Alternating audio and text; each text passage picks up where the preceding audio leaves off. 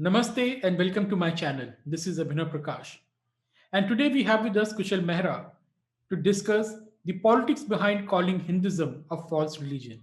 We all have seen that the Caravan magazine has given uh, space to certain, let's say, I can't even say they are woke, but just certain people who call them academicians, and they have written an essay which basically says that Hinduism is a false religion and Hindus are a false majority, and it was created in the 19th century, 18th century by the upper caste just to suppress and oppress the people.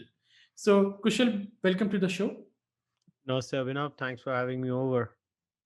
So, Kushal, it's an interesting situation that you being an atheist, and I'm asking you to talk about Hinduism being the false religion. How do you see this thing? For an atheist, I think every religion is false. Well, first of all, I don't call myself an atheist. And secondly, I consider myself to be a part of the Hindu family. So let's first start from that premise itself. That the premise itself is flawed because it all stems from that.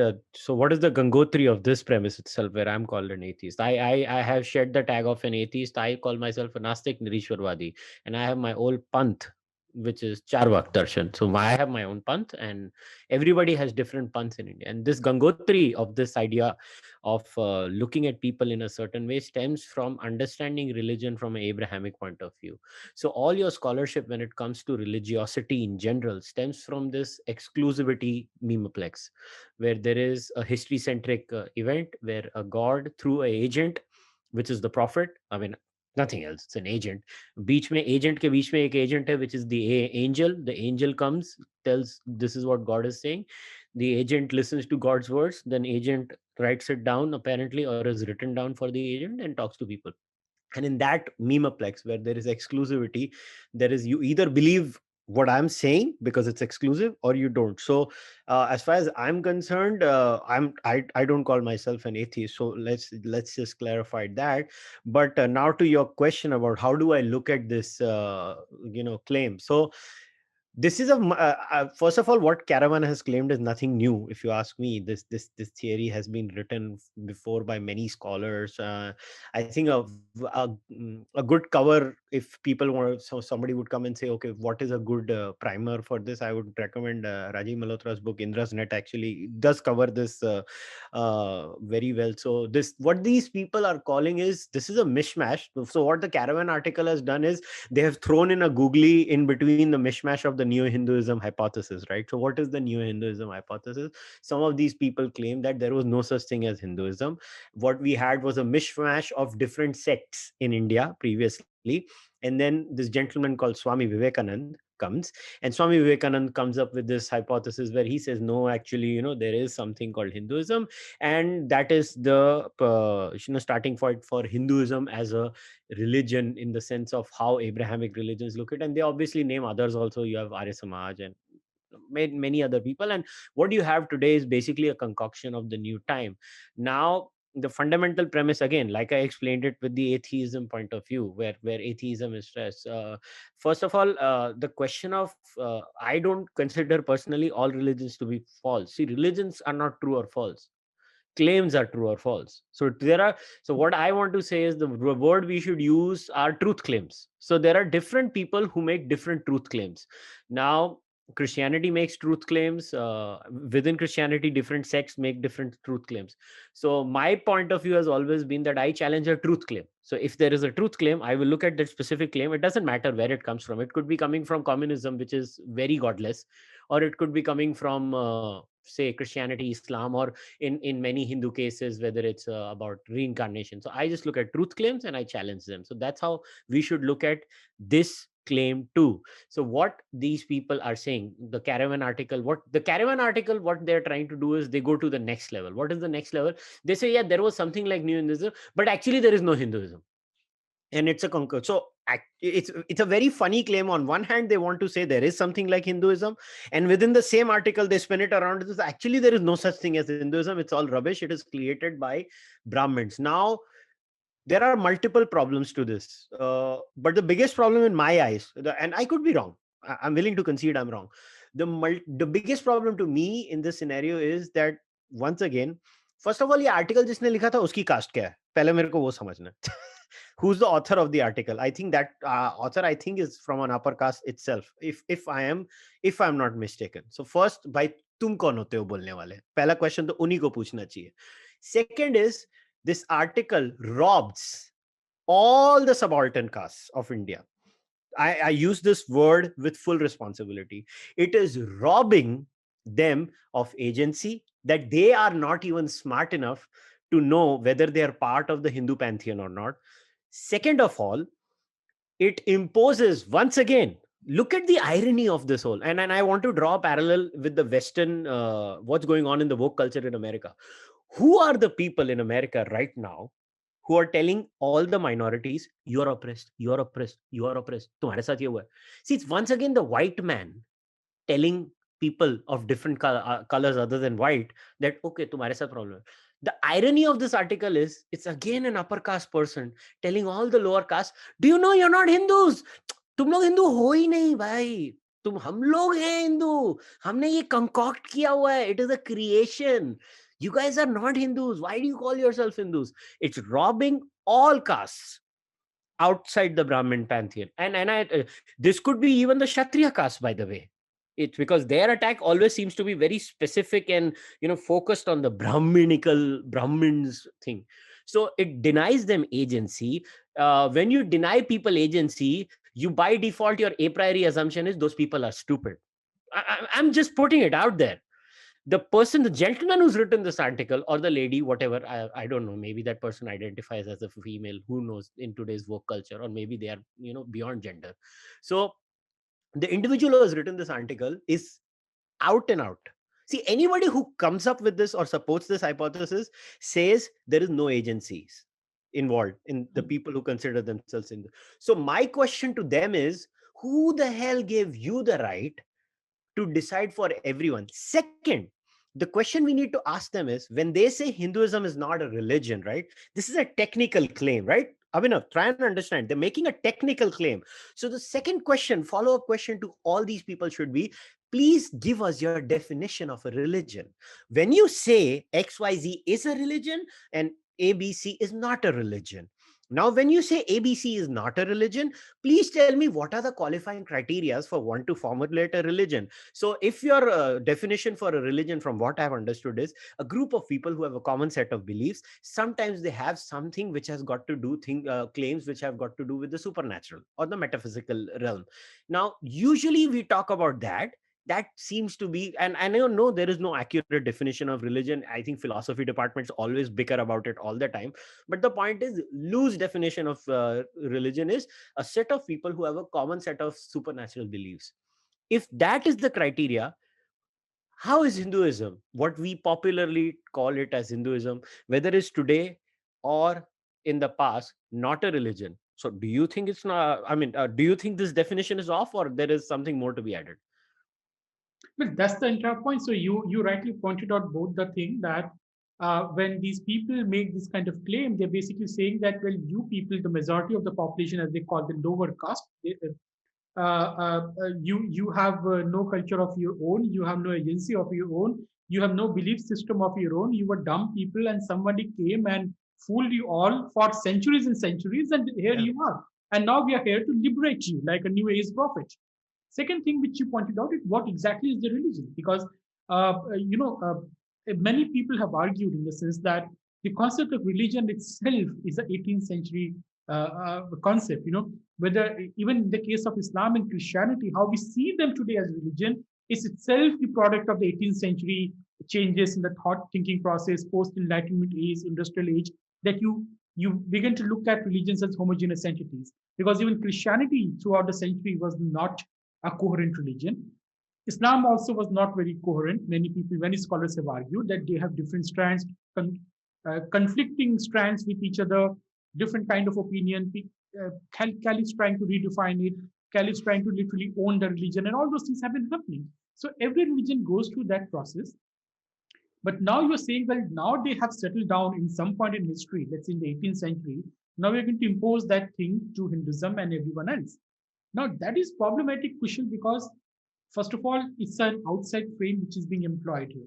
But my concern is not on much on the technicalities. I am not interested in proving to these people whether Hinduism is a religion or not. I think if people believe they are Hindus, that's enough, right? The point is the people's belief define these things, not your academic work. If people say we are Hindus, if they self-identify as themselves as Hindu, they are Hindus and there is Hinduism. I mean, you can't say that, well, gender is about self-identification, but religion is not about self-identification. So that's something we need to bring in here. But my point is, why is this happening? In the sense that no one will say openly Islam is a false religion. No one will write it down that Judaism is a false religion. No one is going to say that Buddhism is a false religion.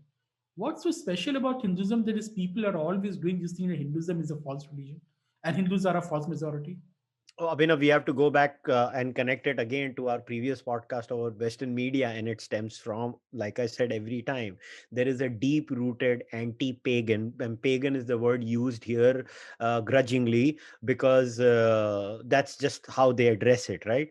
And this is a deep-rooted anti-pagan psychosis that is deeply enmeshed in the Abrahamic psyche, where they hate the pagan so much that even when they shed the god of the Abrahamics, they still remain Abrahamic in their mindset. I'll give you an analogy again here so that people understand it. Now, a lot of people, when they meet me, I can only use myself as an example because I mean, what do I do? So they get very confused. Like they will come to me and say, "So you're a charvak?" I was like, "Yeah, charvak." Okay, so you don't believe in reincarnation and karma theory? I was like, "Yeah, I don't." So you don't believe there is a supernatural entity? Yes, most probably there is no supernatural entity either. We're just born and then we're going to perish. Then why do you call yourself Hindu? I was like, well, this is my culture. I was like, how is it your culture if you don't believe in these claims? So I was like, but I believe in Nishkam Karma of Bhagavad Gita. That's a perfectly logical argument as far as one life is concerned. I think it's a very good philosophical way to live your life. Secondly, I still celebrate Diwali. I do a Diwali puja in my house. I don't think they're divine, but the point is that it stems from this attitude in their head. And look at the Western atheists. Look at Dawkins. Dawkins is the quintessential militant Western atheist, right? I mean, Dawkins is just the same Abrahamic person who hates the same meme he's left. They're just the same. It's just that they have rejected the God, but they see, Abrahamic atheism is exclusivist. Abrahamic theism is exclusivist. Abrahamic atheism is expansionist. Abrahamic theism is expansionist. They're just the same. It's the old wine in a new bottle. And this is where this whole question comes, and they don't get it. And the deep rooted anti paganism, which is inside the scripture of the Abrahamic religions, no matter what anybody says, you just pick the book and read it. It's right at your face. I mean, the kind of hatred they have for idolaters is it's unbelievable. And by the way, I am, as a disbeliever, I can tell you that anti idolatry mindset is there in atheists too. So whenever you read these, see, Abhinav, you have to realize one thing. All these articles that are written by these people, they're mostly atheists. They're all scholars of religion, but they're not religious people. They're atheists. Why are they like this with Hinduism? A, they are deviously anti-pagan. They and if you call them out, Abhinav, they get very hurt. They're like, oh, we are not anti-pagan. You are. And you should call them out. Second, they are too Abrahamized in their head. They can't flip their brain from a top-down exclusivism to a bottom-up decentralization. They just can't do that flip. And every time you try and reason out with them, look, this is not how kind of Hinduism works. So Hinduism is a loose term at top. Like if I'll try to explain to them, like, okay, why do you call yourself Hindu? Well, it's like a larger identity which is loose and flexible, and then underneath that it's like operating software, and under the operating software there are different applications, and those applications, like Android platform is Hinduism, but there are different applications which could be Charvak, Sankhya, Mimamsa, animism, Arya Samaj. Different kinds of things are doing their own thing, and what ties them together is that operating software of dharma. And we don't impose our beliefs on each other, we do our own thing. So I can be as godless as I can be, the other person can be as ishwarwadi as they can be. They can't digest it because their brain is trained to be exclusivist. Their brain is trained to devour the other intellectually. Intellectual devouring. of the other. We are not trained intellectually since our childhood, Abhinav. It doesn't matter, you and I are friends. I could be as godless as I can be, but even in our off the line conversations, how many times have I actually tried to convince you about Nirishwar? Zero. Because I don't care. This is my belief, this is your belief. We are both Hindus. We can sit together, have our chats. But it is very hard for them, Abhinav. And we need to talk about this openly. These people are anti-Hindu. These people are anti-paganism. These people are anti anything non-Abrahamic when it comes to faith systems. Yes, I agree to this thing. So, and this does not even stop there. So, I think this is not just about the religion question because this is a very old charge against Hindus. So, this is basically the language of the Muslim League, which this author Divya Dwivedi and Sahaj Mohan and some are Raghu. They are speaking this language. They're speaking the typical language of the genocides because see, Muslim League's argument was that Hindus and Muslims can't be equated to each other. Muslims are superior, Hindus are inferior because we follow true religion, they are to follow the followers of the false religion. And then it came to the point that once you have the democratic system on the horizon, the Muslim leagues and the upper caste Muslims, the Ashrafs, just got paranoid. If it's a democracy, then Muslims can't rule India. Hindus will always have the upper hand when it comes to the election. And now, because as Ambedkar said, it, the Muslims cannot think of politics in secular categories. It has always have to be about Islam itself. So it definitely becomes this religious thing. So Muslim League and the Muslim elite just could not see that they can be other kind of politics as well, like students, farmers, women politics. It might be linguistic politics where people can come together.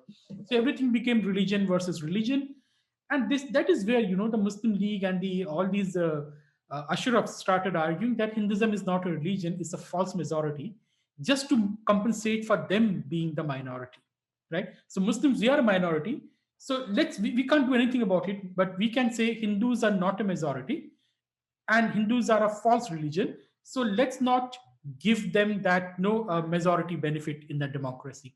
This is how it starts. It's very political in India. And these people, the communists or these kind of people who are now speaking is postmodernist and whatever, who call themselves professors of philosophy and whatever, they are speaking the language of Muslim League, and we should tell them straightforward. Miss Gauri Divedi, Divya Divedi, I think not Divya Divedi, I'm so sorry. You are speaking the language of Muslim League with the aim of the destruction of a people. Because, see, in the history of the world, Kushal, religion is the root cause of most of the genocides. Yeah. And calling someone follower of the false religion or worshipper of the false god is the first dog whistle. It's a dog whistle for genocide. And this is what these Caravan magazine authors are doing. We should not shy away from saying this thing upfront that you are calling for our genocide. That's it. What do you Again, think? Abhinav, I want to add something else. Obviously, your analysis is always from the realm of socio-political, but I like to look at into the psychology also. And once again, I want to give shout outs where they're due. Rajiv Malhotra used a beautiful word in his book called Being Different, where he used the term called difference anxiety. Now, what is difference anxiety? Again, it stems from the Abrahamic mindset, which cannot handle plurality. So look at the irony, Abhinav. These people always talk about diversity. They always talk about, oh, color this, jaat ye, jaat wo, language this, language that. They want to look at people and they keep talking about diversity. But actually, what these people suffer from, and the writers of this article, or all these so called writers who talk about neo Hinduism, is they suffer from difference anxiety. They cannot tolerate, Abhinav, the pagan coming up and saying, yes, we are different, but we are all together and we are fighting against you. It gives them that anxiety, deep rooted see, this is a deep rooted psychological problem. Abhinav, we should be actually, in a very weird way, you should sympathize with them. These are all diseased people. They suffer from mental disorders. And when somebody suffers from the mental disorder of difference anxiety, we should actually try to give them the pill of dharma. The pill of dharma could actually cure them of their difference anxiety disorder. So I, in a very weird way, I'm actually very sympathetic to these people. I believe they are ill. They are all mentally ill. And I'm not saying that we need to tarnish them. I believe we should reach out to them and cure them. We should cure them of this deep rooted No, I'm hatred that. not saying you tarnish them, but you should tell them what you are doing. You're calling for a genocide. As simple as that. Oh yeah, it's an absolute. Not only is it a Whether dog you whistle. realize it or not, this is what you are doing. You're dog whistling for genocide. Yeah, yeah, and see, the beauty, Abhinav, of this all is that these people will dare not get away with this in any other religion. Yet, अरे आप Islam और Christianity ही छोड़ो, Abhinav, they would not get away with this with Scientology, which is like I mean, if there ever was Booga Booga, Scientology is at the top of Booga Booga. I mean, the man was a fiction writer. He said, "Chalo, fiction likhte," and it became a religion. The point is that there is something unique when it comes to these people and the leeway they get with Hinduism. And the reason for that is they think the Hindu is tuchha, the Hindu is imbecilic, and we need to crush the Hindu before the Hindu rises. And they are so scared right now because the Hindu has risen, especially after the 80s with the starting of the Ram Janmabhoomi movement. And see, people don't realize, Abhinav, you have written articles about this, so I'm repeating basically the point you have made, that people forget the Ram Janmabhoomi was not an upper caste movement. Ram Janmabhoomi was the first subaltern movement of this country, where the multiple castes of India basically came together and said, Jai Shri Ram, ye hamara hai, quintessential icon, iska to mandir bana ke रहेंगे, और तुम रोक के बताओ. Since then, these people are rattled. Why are they rattled? Because they thought they had convinced these pagans that you are different and they will not rise together. The pagans have risen. The pagans are getting confident. They are getting confident day by day, and they're asserting their identity. I've said this before, again on your podcast, I'll say it again. Assertive Hindu is not a militant Hindu. Assertive Hindu is just a normal Hindu who says, I'm not ashamed of my identity. Yes, that's. I agree to this point. So, Ram Janmabhoomi movement was really a pivotal moment in the history of the India, right? And it's just a civilizational pivot which has happened. And this is very interesting. When Islamic invasion happened in India, Kushal, and entire north was devastated. I mean, it was so devastated we can't even imagine. It was the Ram Bhakti movement which came to the rescue. And now in the modern India, then again the Ram is to the rescue, right? I am not a Vaishnavite, but no, so I don't have any religious attachment per se to the Vaishnavite tradition. But yeah, the point is that I'm happy that Ram Mandir is built. So I recall this thing when I went to JNU.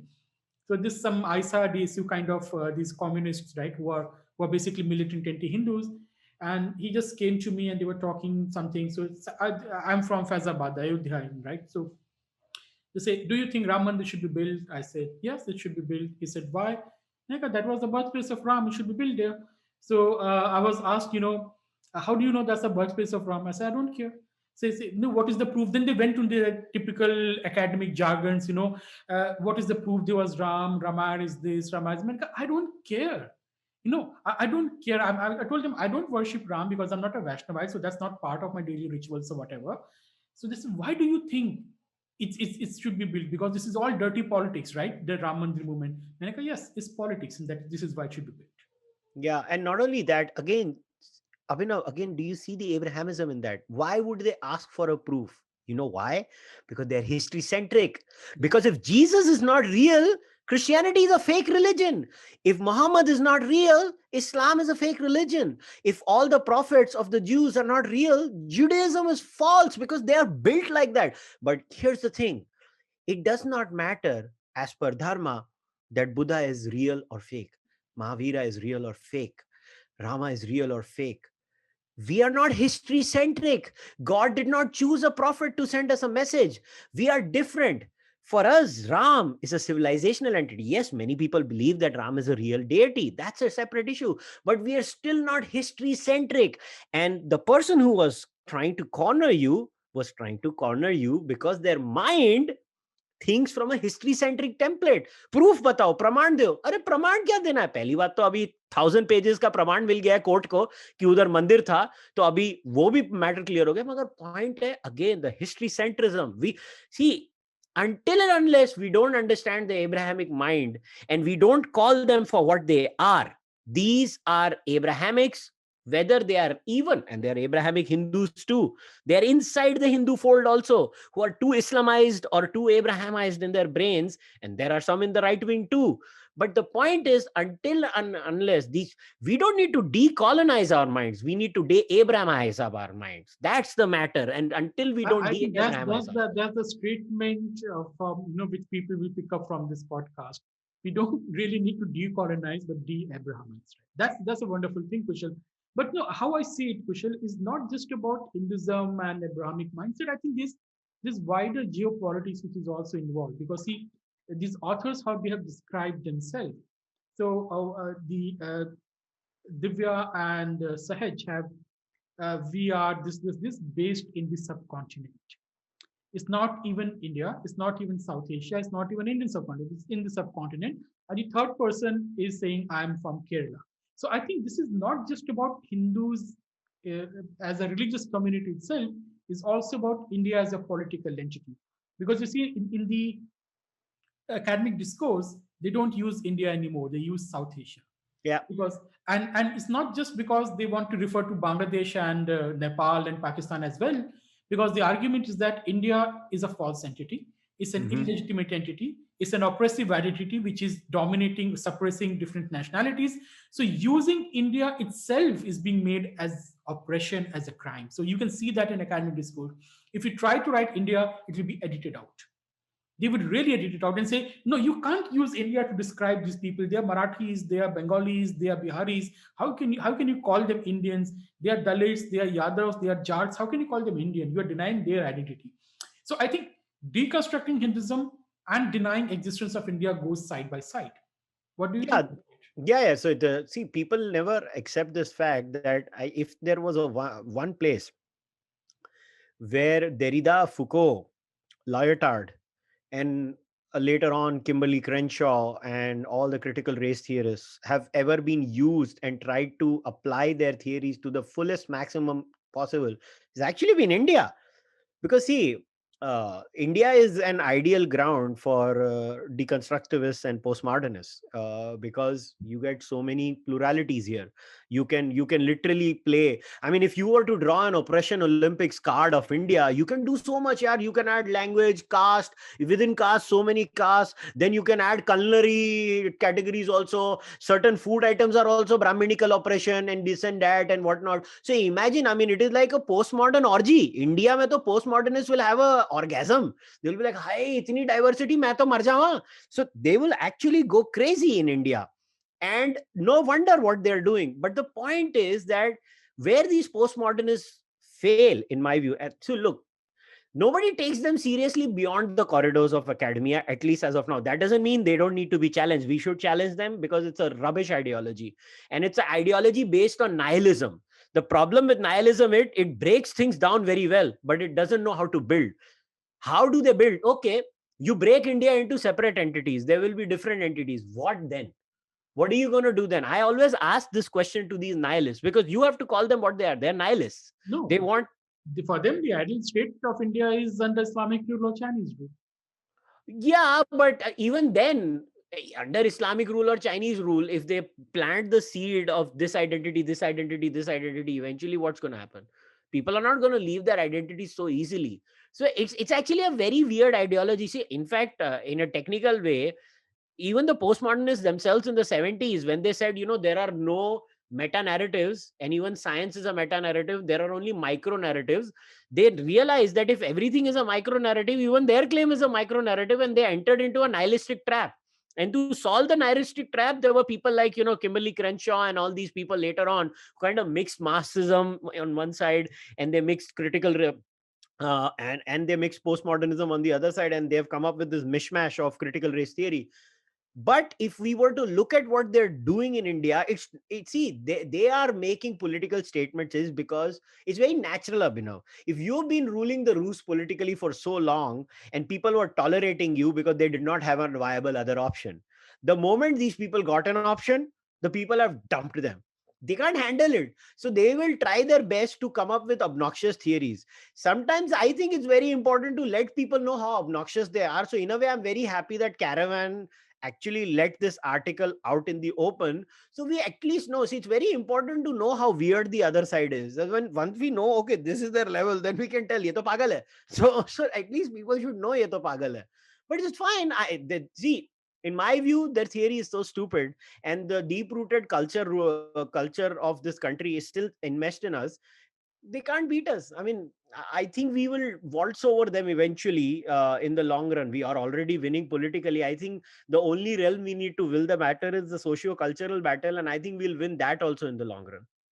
I hope so. So I think I just wanted to tell these people they're saying that Hinduism is a false religion in the sense that it came up recently. First of all, every religion came up in some point of time. So that does not make them a false religion. So let's for the moment agree their claim that Hinduism was created in 19th century. That means these people should be very, very scared. This is a new religion. This will expand. It will have a lifespan of 2,000-3,000 years more. So if you're saying Hinduism came up in 19th century, then you're basically saying Hinduism are going to inherit the world, right? Because every new religion expands. So perhaps we are in the expansion phase in the sense we don't know, coming from their point of view. But the point is, this is something very many people have not noticing it, but for the past and the people who noticed it are the Marxists in India. My old professors in JNU, they often used to say this thing that there's a determined effort coming from the Western universities and academia, which wants to delegitimize the very anti-colonial struggle of India. Anti-colonial struggle of India has to be delegitimized, destroyed, and the idea of India, in the sense that India as a viable entity, has to be deconstructed. And this is interesting. The old school Marxists, the old professors who were perhaps in the college in the 60s in the heyday of Marxism, not these woke jokers who roam around these days, they used to point it out. And I think this is part of the same process. You have to deconstruct India ultimately because Indian state, let's say, Indian state is the biggest bloc, one of the biggest bloc apart from China against the Western imperialism, and we should not be have any doubt about it. This destruction of Indian state will free up Indian subcontinent for colonization once again, right? And I think they might not be thinking this way in the sense that people like who are writing this article, they might be thinking that they're also anti-imperialist, anti-colonialist, but they're not. They are working in tandem. They are enabling the destruction of the Indian state by destroying Hinduism, by destroying India. What will be left is again a foreign rule in India. I think that's what's happening from a Marxist perspective. It could be. I just think they're too stupid. I just think anybody who believes in ideologies like this have a very low IQ. I don't know how else to put it. They're just plain batshit crazy people who don't understand human psychology, who don't understand how people function, who don't understand how people live their lives. And also on this point, like you said, now, okay, I'll take it on face value. Let us assume Hinduism was created 20 days ago, 1 hour ago, and few seconds ago. So what? How I mean, does my it matter? question, yeah, Mormonism was created by a man who came up with a theory that, oh, this is a new thing. It was just a scribbled golden plate, and they said only I can, Joseph Smith said only I can translate it and understand it. And he used to come up with things as and when he wanted to. So the point is, now, are you trying to say Mormonism is not a legitimate religion? You should ask these people this question: is Scientology a legitimate religion or not? What is their point? See, beyond the point, there is this nice gif on Twitter where there is that famous actor who says, कहना क्या चाहते हो भाई? अरे 2 घंटे पहले भी Hinduism अगर क्रिएट हुआ है तो भाई तेरे को क्या प्रॉब्लम है नए and look at the beauty of Hinduism it has suddenly out of the blue has had more than 100 crore followers pan around the world तुम्हारी क्या जल रही है भाई इतना ऑसम रिलीजन है 15 दिन में इतने फॉलोअर्स हो गए तेरे को क्या प्रॉब्लम है जूलिया रॉबर्ट्स भी आ गई This is what I said. Let's agree their claim and couple that up with the Marxist claim. The point is that they should be very, very scared because Hinduism is going to expand and explode yeah and propagate and dominate the world in the coming centuries. yeah They should be very scared about this yeah thing. So yeah all and new religions are very aggressive. yeah, and they don't get it. See, the problem is they think they made a fantastic point. I told you, they're so low IQ, they're so stupid, they can't even think something as basic. चलो हाँ ठीक है नया है बोल अब क्या करना है अरे क्या है यार बेवकूफ लोग हो क्या तुम लोग No, but I think that the idea is this is why I don't think they have low IQ. That's it. They are not making a philosophical point. They are not doing religious study. They are not doing social study. They are peddling a political agenda.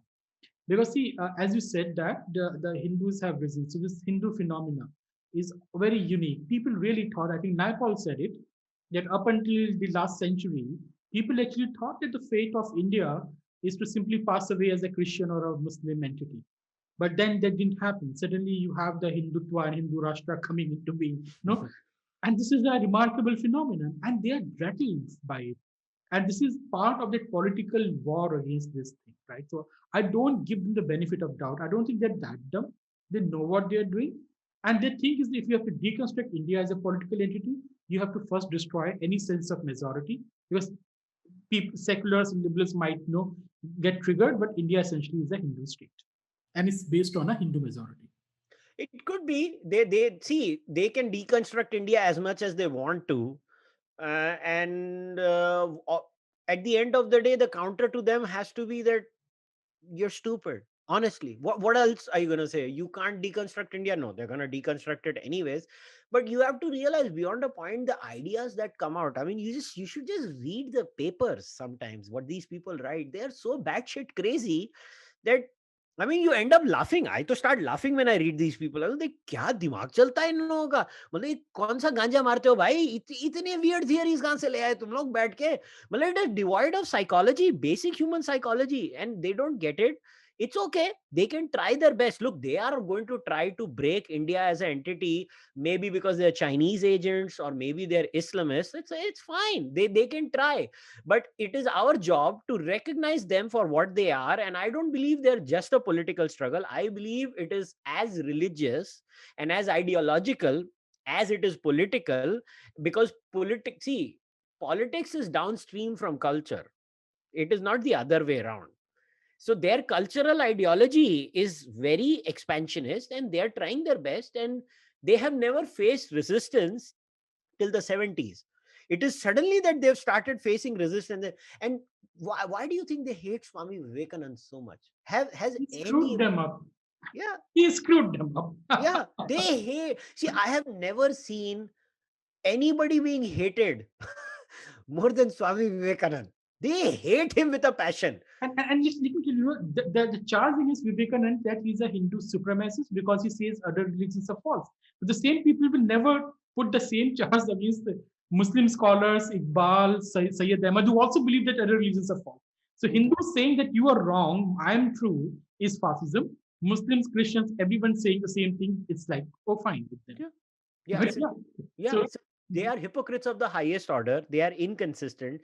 And the one thing they are consistent about is their inconsistency. And I always use this line, their strategy is if you can't dazzle them with brilliance, you baffle them with bullshit. That's all they do. See, deconstructionism is basically presenting word salads in immaculate English with long words. तो तुम पढ़ रहे हो ना, तो तुम्हें लगे यार इतना लंबा वर्ड लिखा है इंग्लिश में, यार इसको तो कुछ आता होगा, इतना लंबा वर्ड है, इतना बड़ा वर्ड है, तो लगता है आदमी को सी I mean, the best thing is a philosopher, Daniel Dennett, used to always criticize Deepak Chopra. And he used to call whatever he said as Deepatis, because Deepak Chopra will drop quantum in every 5 words. Quantum ye, quantum wo, quantum this, quantum that. And you were like, yaar, Deepak bhai bar quantum use kar rahe hai, kuch to dam hoga Deepak bhai mein. See, these are word salads. So what you have, the Caravan article was a classical word salad generator product. You put them inside, you use nice punctuation marks, commas. I mean, I wish somebody would read papers that are presented by postmodernists, and then they read the Caravan article and they will realize, oh, Gangotri to ye hai, yahan se aate hain ye sare idea. And these are word salads. They sound very nice but when you peel the layers of the onion, they realize they're just good English words. They mean nothing. So beyond a point, at least I don't feel threatened. I actually think these people are needed, because when this is your opponent, you can easily shoot them down, in my view. oh, don't say shoot them down. So someone will blame that Kushal Mehra was provoking violence. Intellectually shoot them down. So be very clear these days. You never know when you become the next Kapil Mishra or next Deep Sidhu. So, Yeah. So when I mean shoot them down, I mean intellectually shoot them down. yes. So I agree to what you're saying to a large extent, Kushal. And this is why, many people criticize RSS in India, saying that RSS is not into intellectual work, it's not doing academics, and it's not doing coming up with this the cultural war and all those things. But what RSS is doing is completely destroying their theories because they can keep saying that Hindus do not exist. They can keep saying that Hinduism is a false majority or Hinduism is a false religion. But the groundwork of RSS will create that reality and has created that reality to a great extent, consolidated that reality in the modern term. But this is again, so what these people did in the let's say in the 18th century and this British and then the Muslim scholars, the Islamists, and then the communists was to keep on deconstructing Hindus and Hinduism and also India, but they have been failing again and again because we always have people like Vivekanand coming up and literally screwing them up, right? And coming to India as well, this is something which has happened of late very recently. You remember what happened on 26th of January? One person disrespected national flag, an entire Kisan movement is over. Hmm. All the farmers also turned against them. The people, the villagers came and told them, get lost from your protest site, right? And they're also farmers, the people saying that. So these people can keep saying that India is a false entity, that India does not exist, I live in a subcontinent and whatnot. But when it comes to the ground reality, India exists because people believe that they are Indians. Same is the case with the Hinduism.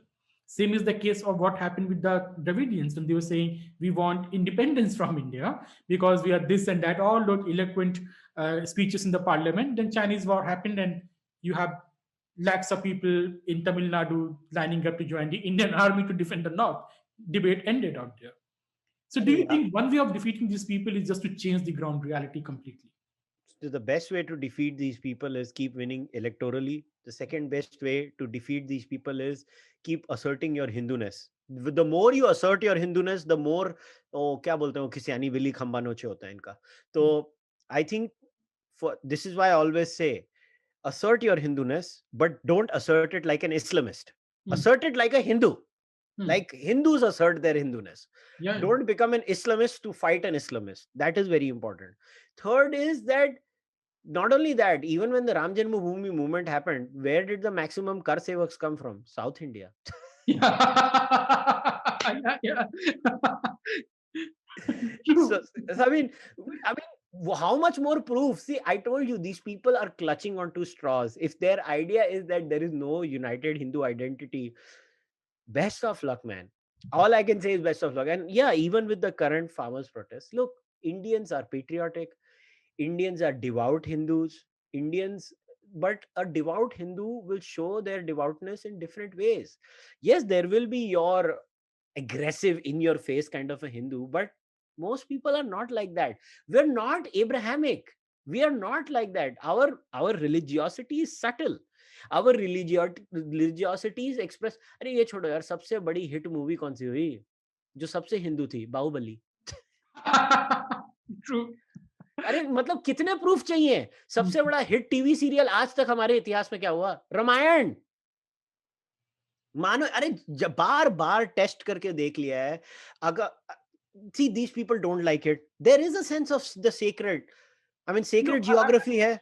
you pointed out something very interesting because they are seeing that these things are getting stronger. They are getting more and more desperate and coming up with even more and more provocative, crazy articles and work.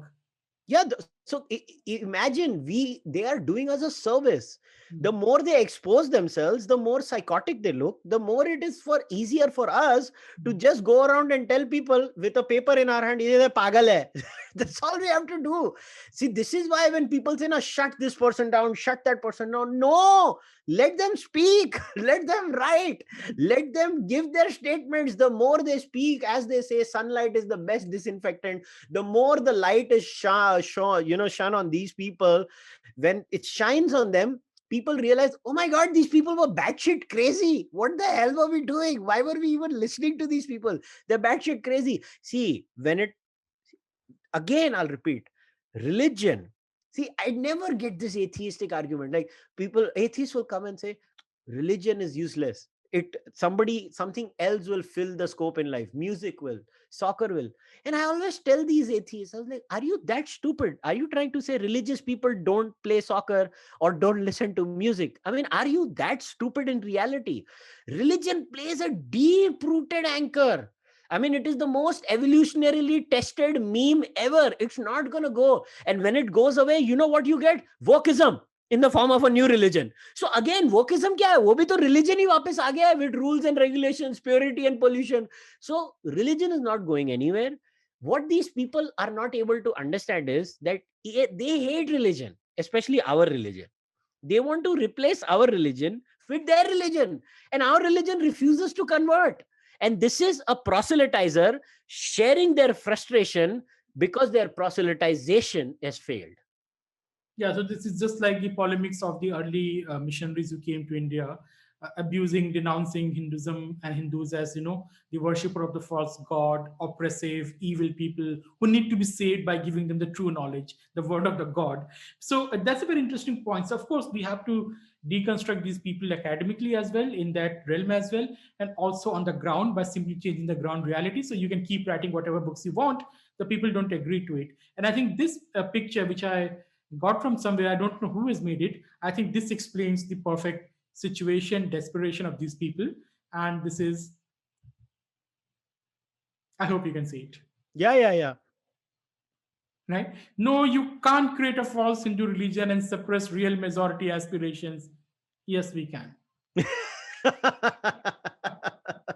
So, on that note, I think we should end this discussion. But Kushal, last comment or the closing comments to you. Well, it's very simple. I always say this. I'll repeat it again. Assert your Hinduness, but like a Hindu, not like an Islamist. Let people know they suffer from difference anxiety. Let people know they are history centric. And to end it again, don't decolonize your mind, de-abrahamize your mind. The moment you de-abrahamize your mind, you'll be in a position to enjoy the fruits of your past colonial master. Maybe you can take the good that they have to offer and reject all the bad, because the bad is in the abrahamization, the good is in their technology, many things, their modern structures, their modern things. When we do that, when we understand that decolonization is not the same as de-abrahamization, in my view, de-abrahamization is the thing that we need to do the most. If we do that, I think these weird writers, I wish they write even more, and the more they write, the more we'll win. Okay. Thank you, Kushal, and thank you, audience, for listening to us.